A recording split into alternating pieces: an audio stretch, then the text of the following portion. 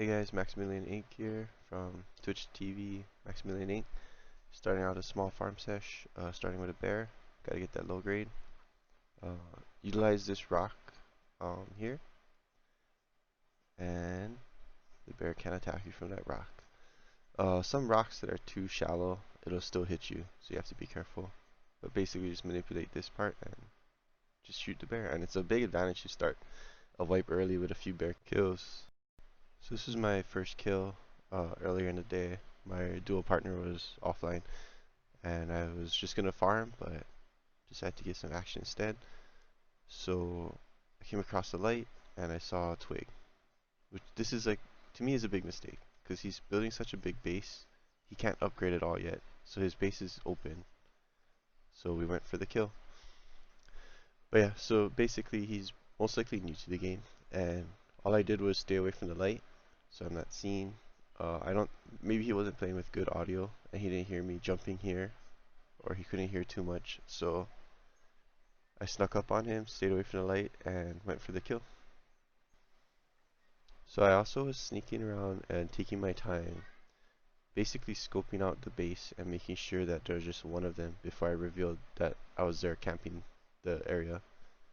So you see me opt out of harvesting that because it would make noise. So basically just going for stealth and just making sure there's only one of them before I come out and jump in.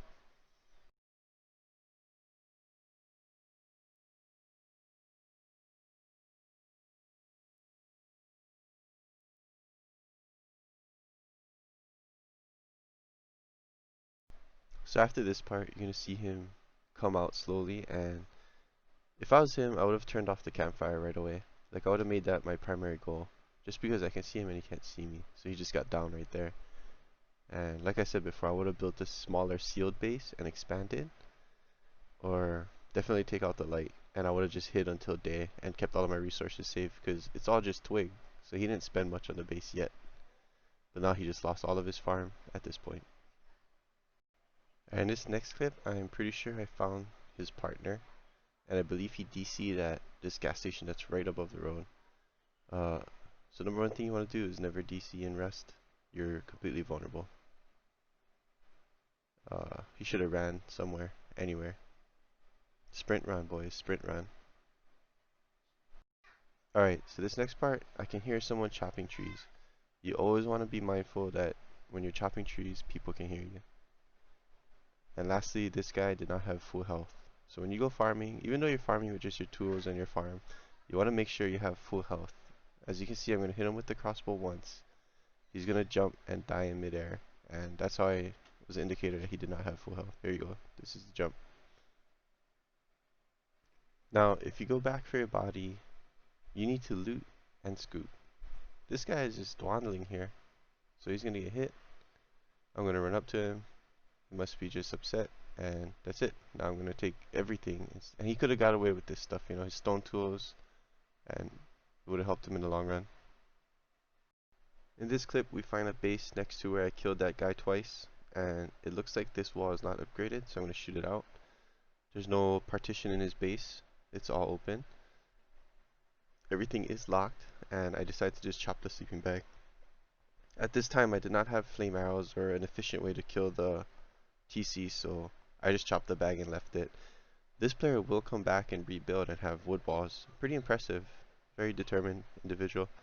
So it'll be fun to have him in the area. We can have some battles, see who can raid who first. I'm not too sure if he knows which base I'm in, but I believe this was the guy I knocked off twice by the mountain.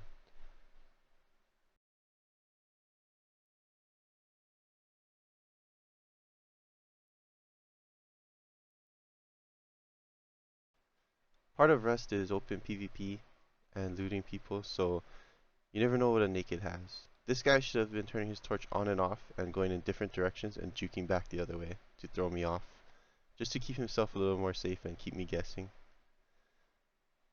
But yeah, he had nothing.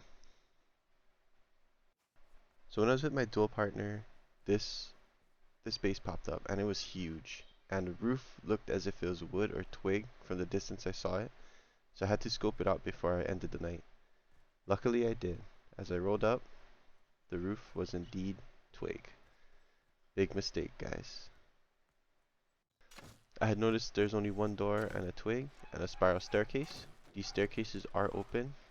It's not like a ladder hatch. So I went down, and first thing I did was check if there's anyone else. It's nice and open, so just checked for loot. After getting the loot, the TC was open. Now if this was locked, they could have had a chance to come back and salvage something. This is their loot, all open, all mine. And then got it all. Alright, so at this point I'm going to create a wood lock for the TC. I'm going to check the campfire for loot. And I'm going to get that wood lock on the TC and leave the area. And this has eliminated a threat in the area of me and my dual partner.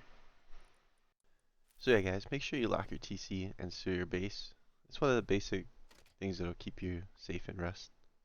Alright guys, that wraps up my little video. Like, subscribe, follow me on Instagram and Twitch if you'd like. Peace out.